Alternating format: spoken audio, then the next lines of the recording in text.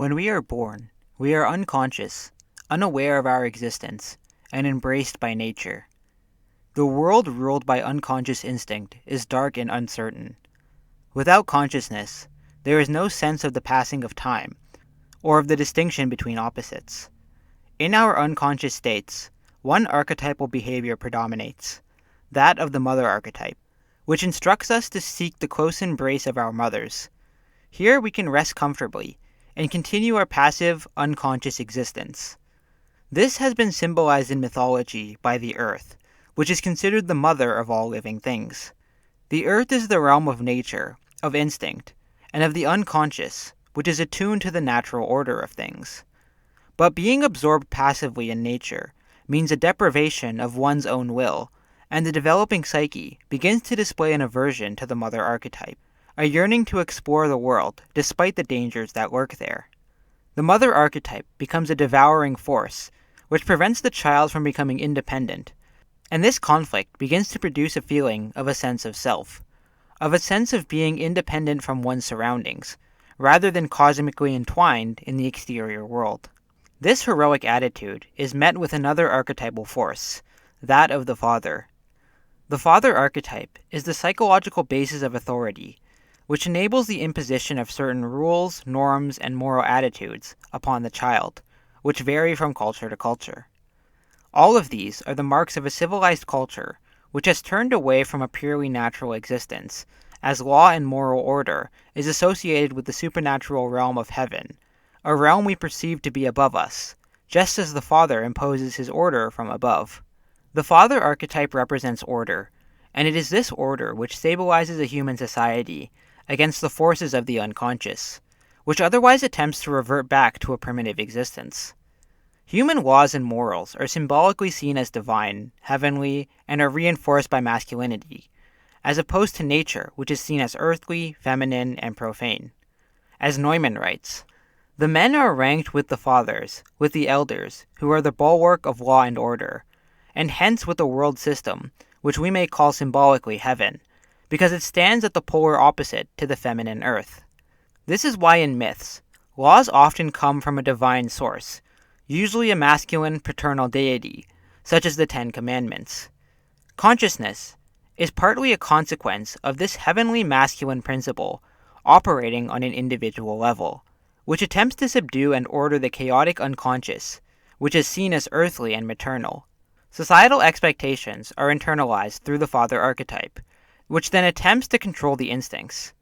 Consciousness erupts from the chaos of the unconscious to bring order to the psyche and to human civilization in general. This psychological dynamic has played out in the lives of every individual in the history of humanity. This is why many myths contain symbols which depict this basic story. The world is initially a place of chaos, where opposites have not yet emerged, dominated by the earthly realm of the mother. But then from this chaos emerges light, the prime symbol of consciousness, which illuminates the dark chaos of the unconscious.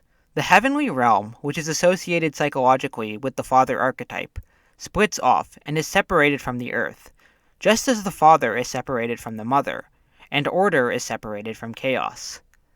This means, in terms of stadial development, not only that man's ego consciousness has achieved independence, but that his total personality has detached itself from the natural context of the surrounding world and the unconscious.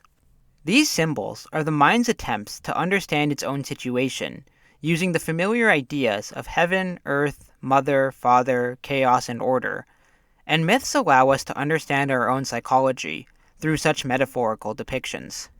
Hence we have myths, like this Chinese creation myth involving the god Pangu.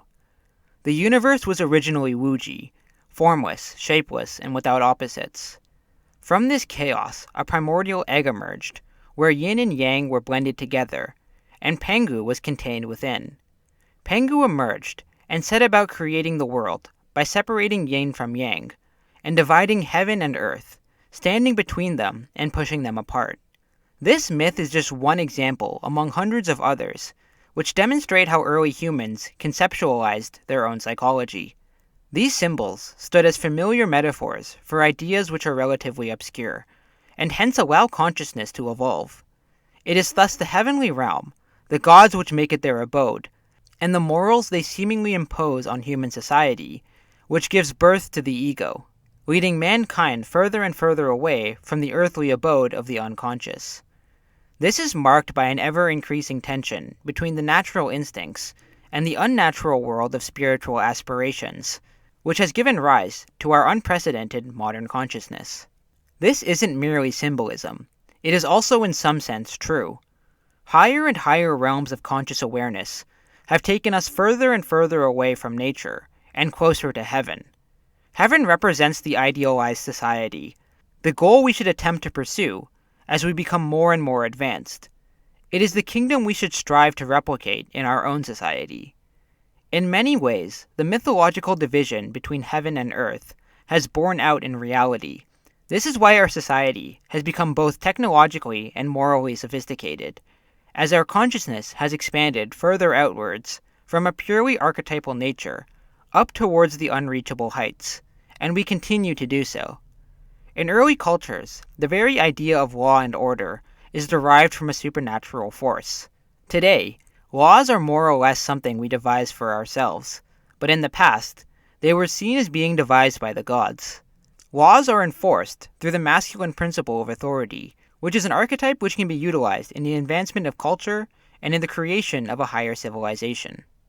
The subsequent journey of the ego through its psychological development is captured in the myth of the hero's journey, a universal concept which, like the creation story, has a psychological dimension, in that it is really a psychological allegory depicting the ego's path through life. The hero in mythology represents the ego of a person, and every person's ego experiences their own hero's journey as they attempt to navigate through life and overcome the difficulties which life can often bring, all while evolving and integrating new information.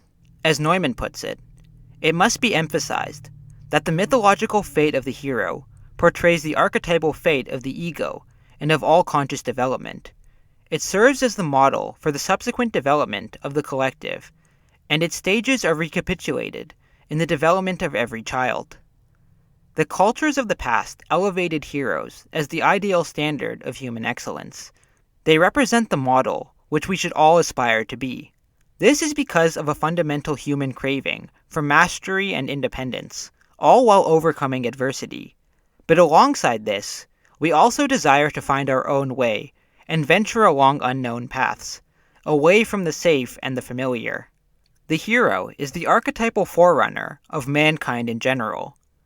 This is why we elevate heroes, as they stand as symbols of human courage against our deepest fears, and only by confronting fear will we be able to overcome it. As such, the hero myth is loaded with psychological meaning and symbolism.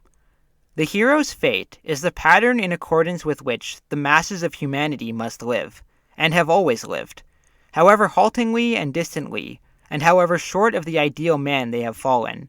The stages of the hero myth have become constituent elements in the personal development of every individual.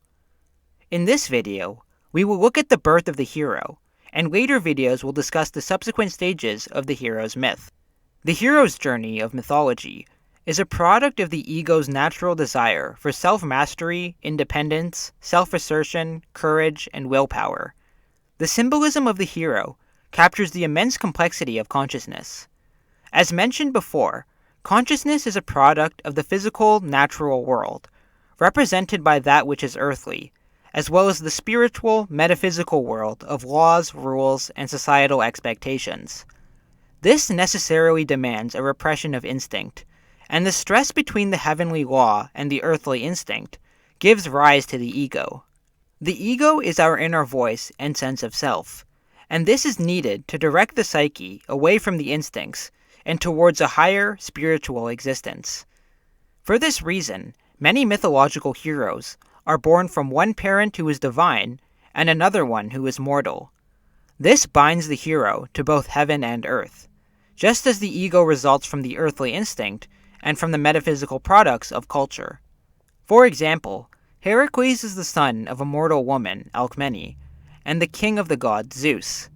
This is a common idea among Greek heroes, and we see it with Theseus, Perseus, and Achilles. The Babylonian hero Gilgamesh is the son of a mortal father and a divine mother. There may also be other symbols, which denote the hero's combination of earthly and heavenly traits. For instance, Krishna is an avatar of a supreme deity, but is raised by ordinary parents.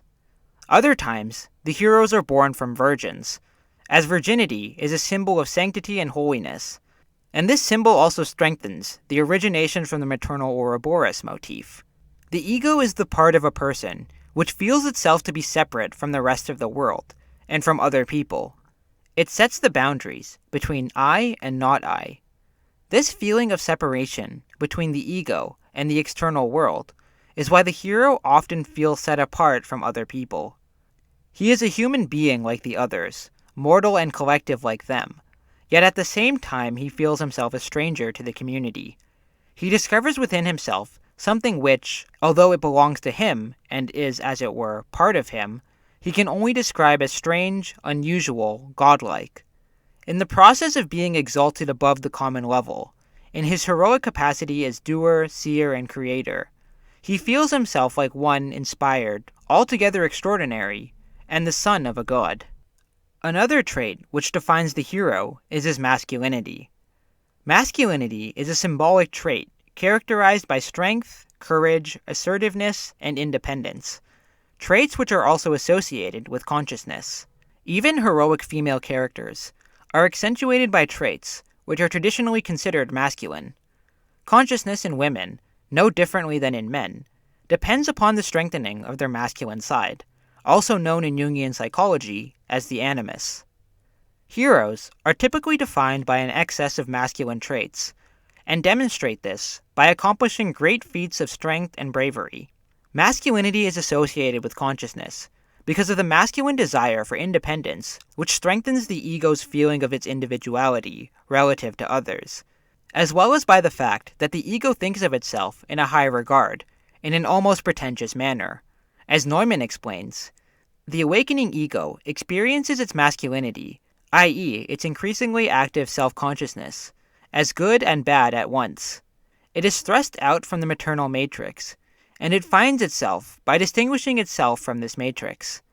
In the sociological sense too, the male, once he grows up and becomes independent, is thrust out from the matrix to the degree that he experiences and accentuates his own difference and singularity.